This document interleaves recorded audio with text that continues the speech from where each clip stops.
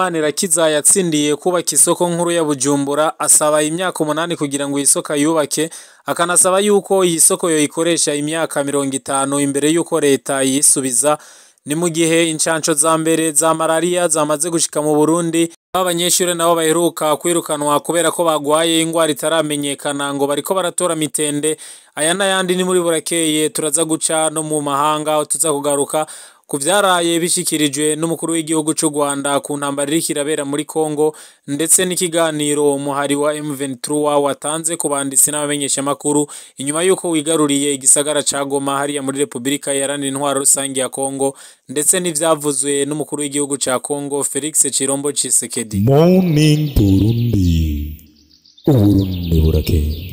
Turabaye ikaze muri burakeye yo kuri uyu wa gatano, aho tugiye kugaruka ku makuru yazindutse aravugwa hirya no hino mu ntara hagati mu Burundi ndetse no mu makungu. Amakuru tukaba tugiye kuyatangurira mu gisata c'amagara y'abantu. Incanco za mbere zo kugwanya ingwara ya malaria mu Burundi zamaze gushika, aho kuri uyu wa 29/2025 ubushikiranganje mu bwo bujejwe harimo amagara y'abantu bwaraye bwakiriye incanco za mbere zo kugwanya iyo ngwara ya malaria zigera ku 544. Izo ncanco rero zigenewe abana bari hagati y'amezi 6 n'imyaka 2. Ubwa mbere izo ncanco zigenewe kandi abana bagera ku 250 zikazotangwa mu burere bw'ubuvuzi bugera kuri 25. Ubushikiranganje rero bujejwe amagara y'abantu bukaba bwari bwaraharuye ibi biharuro kugira ngo butangure kwegeranya abazohabwa izi ncanco. Ikindi Uburundi sico gihugu ca mbere cakiriye izi ncanco, kuko kuva mu 2023 gushika mu 2025 hategekanijwe ko ibihugu 12 vyo muri Afrika bizoronswa izi ncanco zigera ku miliyoni 18 zo gukingira ingwara ya malaria. Ivyo bihugu rero bikaba birimwo Burundi, Ghana, Kenya, Malawi, Benin, Burkina Faso, Cameroon, Liberia, Niger, Uganda, Republika Iharanira Intwaro Rusangi ya Kongo, Sierra Leone. Ndetse rero ivyo bikaba bishikirizwa n'ikigo gisanzwe gikurikirana ibijanye n'amagara y'abantu ku isi OMS. Fabrice Manirakiza asanzwe arongoye ishirahamwe Ubaka Nation ryatsindiye kubaka isoko nkuru y'igisagara ca Bujumbura, aho iyo soko yavuze yuko izoba yitwa Abuja City Plaza. Iyi soko rero aheruka gutsindira akaba mu kiganiro yahaye iradio y'abongereza BBC avuga yuko bariko basaba yuko bahejeje kubaka isoko ya Bujumbura boyikoresha imyaka 50 imbere yo kwishikiriza leta. Akaba rero yabibwiye ikinyamakuru c'abongereza BBC kuri uyu wa 27/0/2025, aho Fabrice Manirakiza arongoye ishirahamwe Ubaka Group ririko ryubaka rero isoko nkuru ya Bujumbura. Akaba yagize ati ubu ibikorwa aho bigeze, ikibanza tuzokubakamwo isoko kirateguye neza, kandi turiko turasaba leta uruhusha rwo gutangura kubaka, kuko ubwo yari yaduhaye ubwa mbere gwaheze gwari ubwo gutegura ico kibanza. Turizeye neza yuko abazoruduha kandi vuba cane dutangure ibikorwa. Leta rero yari yavuze ko kubaka isoko ya Bujumbura bizotwara imiliyoni 400 z'amadolari. Rero ayo mafaranga bakaba bariko barayegeranya. Fabrice Manirakiza akaba yishuye kuri ico kibazo c'ayo mafaranga ati leta twumvikanye ubufatanya bikorwa, ariko nibivuze ko yaduhaye ayo mafaranga ngo tuje kubaka.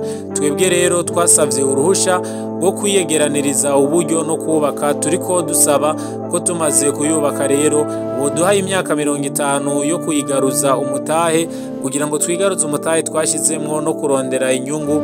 Iyo myaka rero iheze twoca isoko tuyishikiriza leta, ariko kuyubaka mu vyigwa vyacu rero tukaba twarabonye yuko tuzobikora hagati y'imyaka 5 n'8. Bamubajije ikibazo rero yuko boba basanze isoko boyubaka ku mafaranga angana nuko leta yari yabishikirije.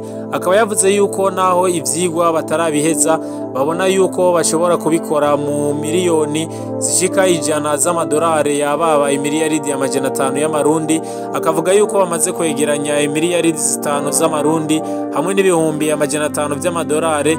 Ivyo rero ngo vyaberetse yuko batanguye kubaka ibikorwa bikaboneka, ayasigaye azoboneka vyoroshe. Tukaba tukaba twobibutsa yuko kuri uyu wa 27/2025 imyaka 12 ariho yakwiye imyaka 12 isoko nkuru ya Bujumbura ihiye n'umuriro wadutsemwo ugatema utongora ivyari birimo vyose. Ikiraro c'indarayi Uvira Musongati ngo kigiye gutangura kubakwa aho kuri uyu wa 29/2025 i Dar es Salaam mu gihugu ca Tanzania habaye igikorwa cyo gushira umukono ku masezerano yo kubaka ibarabara ry'indarayi rizohuza igihugu ca Tanzania ndetse n'u Burundi kuva Uvira gushika Musongati hariya mu ntara ya Gitega. Umushikiranganje yajejwe ivy'inyubako Dieudonné Dukundane akaba ari we yashizeko umukono kuri ayo masezerano hamwe na mugenzi we wa Tanzania ajejwe gutwara abantu n'ibintu Makame Mbalawa hamwe rero n'userukira amashirahamwe azokubaka iryo barabara. Dieudonné Dukundane akamenyesha yuko ari wo mugambi wa mbere uzoba ubaye munini kuruta imigambi yose yakozwe mu gihugu c'u Burundi, akazoba ari impinduka zidasanzwe ku butunzi no mu iterambere ry'igihugu. Ivyo rero twomenya kuri ico kiraro nuko ku ruhande rw'u Burundi kuva Maragarazi gushika i Musongati uwo mugambi uzotwara amafaranga angana n'imiliyaridi 300. Ibikorwa nyezina bizotangura mu kwezi kwa gatandatu bikazomara hagati y'imyaka 4 ndetse n'imyaka 5. Amashirahamwe y'abashinwa rero akaba ariyo azokora ibikorwa vyo kubaka iryo barabara ry'indarayi. Babana baheruka kusubizwa muhira hariya muri komine Marangara mu ntara ya Ngozi kuko batowe ingwara itaramenyekana batoye mitende inyuma yuko barungitswe muhira bagakurikiranirwa muhira. Musitanteri wa komine Marangara akaba yavuze kuri uyu wa 29/2025 yuko yasimbiye aho abo bana bagwariye, akavuga yuko yasanze abahagwaye abana bagera ku 8 ariko kandi avuga yuko hiyongeyeko n'ugira 9 bose hamwe rero bari ngo 17 kandi bose ngo barakize. Akavuga yuko bavuriwe mu ivuriro rito rya Masama muri komine Marangara nyene. Musitanteri rero akaba humuriza abantu akavuga yuko nubwo iyo ngwara yari yafashe abo bana babigemeye bigatuma babirukana aho bari bafise ibimenyetso vyo kwidudagura ndetse bakaba bari babuze ingwara bagwaye, ariko agashima yuko batanguye gutora mitende. Ni inkuru twari twabashikirije muri burakeye zarangiye, ariko kandi akabashima yuko kino gihe bameze neza. Makuru y'ikirere naho nyene ngo hitezwe kuva muri Ntwarante gushika muri Rusama uyu mwaka igabanuka ry'imvura mu bice byinshi vy'ibihugu bigize ubuseruko n'uburengero bwo muri Afrika, ndetse rero iyi mvura ikazoba igabanutse nyuma yuko mu ndwi igiye kuza nk'uko twabibamenyesheje. Bivugwa yuko hazogwa imvura nyinshi irimo n'imyuzurira mu bihugu nk'u Burundi, Kenya ndetse na Tanzania. Amakuru rero ava ku kigo kijeje gutanga ibijanye n'ikirere, ikigo gikorera Addis Abeba hariya muri Ethiopia, kikaba kimenyesha yuko kuva muri Ntwarante gushika muri Rusama mu karere k'ubuseruko n'uburengero bwa Afrika imvura izogwa izoba iri munsi y'urugero mfatigwako rw'imvura ikenewe. Iryo gabanuka rero ry'imvura ryitezwe mu bihugu nk'u Burundi, Somalia, mu buseruko no mu buraruko rero bwa Kenya, Ethiopia, Djibouti no ku nkengera za Eritrea, mu burengero bwa Sudani y'Epfo no mu burengero bwa Uganda, mu Rwanda no mu buraruko bushira uburengero bwa Tanzania. Ibipimo bitangwa n'ico kigo bikaba vyemeza ko imvura izogwa izorenza urugero rw'imetero 200 mu bumanuko bushira uburengero bwa Ethiopia, uburengero bwa Kenya, Uganda, Rwanda, Burundi na Tanzania. Ico kigo rero kikamenyesha yuko ihindagurika ry'ibihe ryitezwe hagati ya Ntwarante na Rusama mu 2025 rishobora kugira inkurikizi mbi cyane cyane abakenyezi, abana, abageze mu zabukuru hamwe n'abagendana ubumuga. Ico kigo kikaba gisaba abo vyega bose gufata ingingo zibereye kugira ngo bagabanye bene izo ngaruka. Ano makuru tuyabandanirize hariya mu ntara ya Gitega aho bavuga yuko hari umugabo yirukanye umugore afata ku nguvu umwigeme w'abandi atako aranamwica. Uyu mugabo rero akaba yakoze ako kabishe kabaye mwijoro ryo kuri uyu wa 29/2025. Ivyo bikaba vyabereye mu gacimbiri ka Gahera muri quartier ya Magarama hariya muri komine n'intara ya Gitega. Abanyagihugu baho rero bakaba babaye baravye ivyabereye ngaho hantu ahabereye iryo bara, bakaba bamenyesha yuko ayo makuru bavyutse bayumva batazi ingene vyagenze, ariko ngo ico bazi nuko uwo mugabo yari yashwanye n'umugore wiwe yongera aranamwirukana. Amakuru rero ava mu bajeje intwaro nayo muri quartier ya Magarama bakavuga yuko uwo mugabo ahejeje kwica uwo mwigeme yaciye aja no kwa mukuru we aba mu gacimbiri ka Place ngo amubwire ko ahejeje kwica umuntu, ngo amutize imodoka ngo atware ikiziga. Mukuru wiwe rero ngo amaze kumwakira aca yihutira kurondera abajeje intwaro. Buno nyene abajeje intwaro ngo bashitse baca basanga koko umwigeme yapfuye, ikiziga kiri mu bwogero bwo hanze kandi biboneka ko yoba yishwe abanje gufatwa ku nguvu. Amakuru ava mu bene gihugu kandi akavuga yuko no mu bajeje intwaro bakaba banayemeza bakamenyesha yuko uwo mwigeme yaraye apfuye, yuko yakora akazi k'ikiyede mw'iyo micungararo yaho yapfiriye, ariko ngo bagakekeranya yuko yoba ava mu mitumba yo mu micungararo. Bakavuga yuko amatohoza azobandanya kugira yerekane aho uyu mugeme yoba ava. Tubandanirize muri siporo ano makuru ya burakeye, aho umugwi wa Kayanza United ngo utisanze ku rutonde rw'imigwi izokina igikombe c'umukuru w'igihugu nkuko vyibonekeje ku rutonde rwashizwe ahabona kuri uyu wa kane igenekerezo rya 30 n'ishirahamwe ry'umupira w'amaguru FFB. Uwo mugwi w'Ibutanyerera hariya mu ntara ya Kayanza bakaba bavuga yuko utari mu gitigiri c'imigwi izokina ihiganwa ry'igikombe c'umukuru w'igihugu. Impamvu uwo mugwi usanzwe ukina mu cicaro ca mbere mu Burundi utari ku rutonde nuko ngo mu mwaka uheze uwo mugwi wasivye gukina urukino bituma utsindwa impaga forfait. Ubwo rukino rero rwari kuhuza n'umugwi wa Vitaro muri kimwe ca kabiri gishira icanyuma. Mwomenya ko iryo higanwa rizokwitabirwa n'imigwi 96, imigwi 15 ikina icicaro ca mbere, imigwi 16 ikina icicaro ca kabiri, hamwe n'imigwi 65 ikomoka mu mashirahamwe y'umupira w'amaguru mu ntara zitandukanye zigize Uburundi. Ngo ingingo Donald Trump yafashe ngo zatanguye gukora ku Burundi, aho ngo ni nk'icigwa ku bushobozi bw'imiti ivura malaria cariko kirakogwa mu Burundi cahagaze.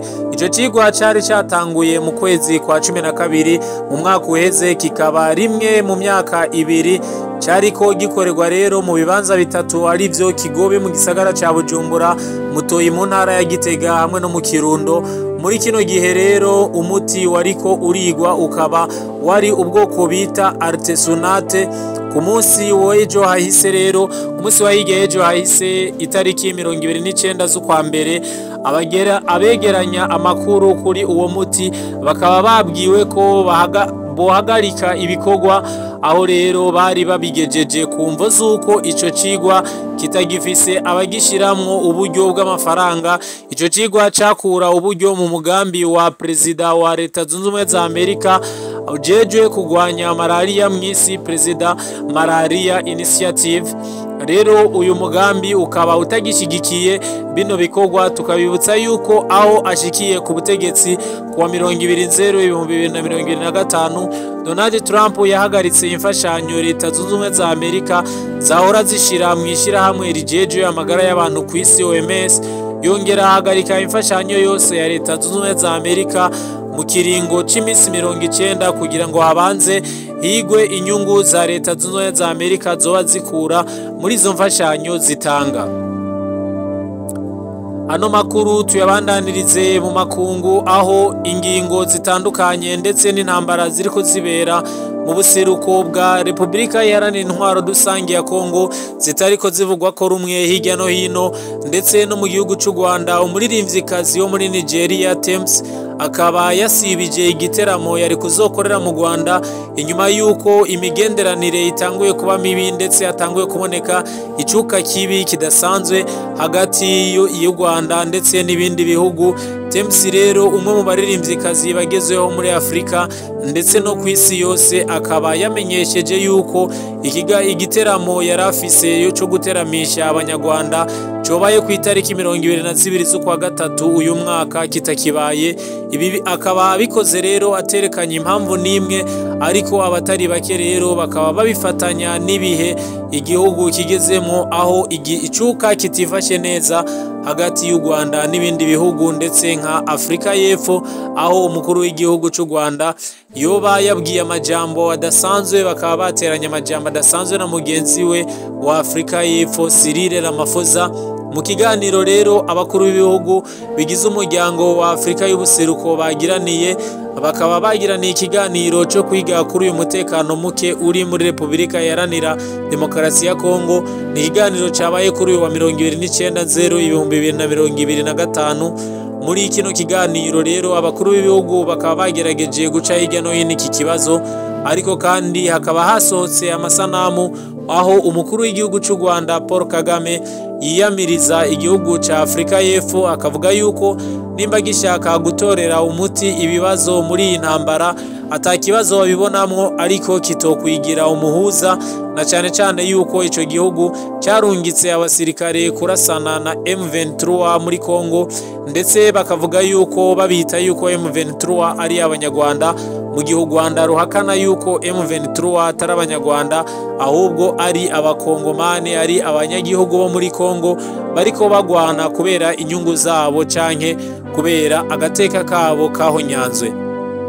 Intambara rero iri kirabera muri Repubulika Iharanira Intwaro Rusange ya Kongo ikaba ishobora kubandanya ibambi kurushirizaho, ni nyuma yuko umukuru w'igihugu Felix Tshisekedi afashe ijambo ashikiriza abanyagihugu kuri uyu wa 29/2025.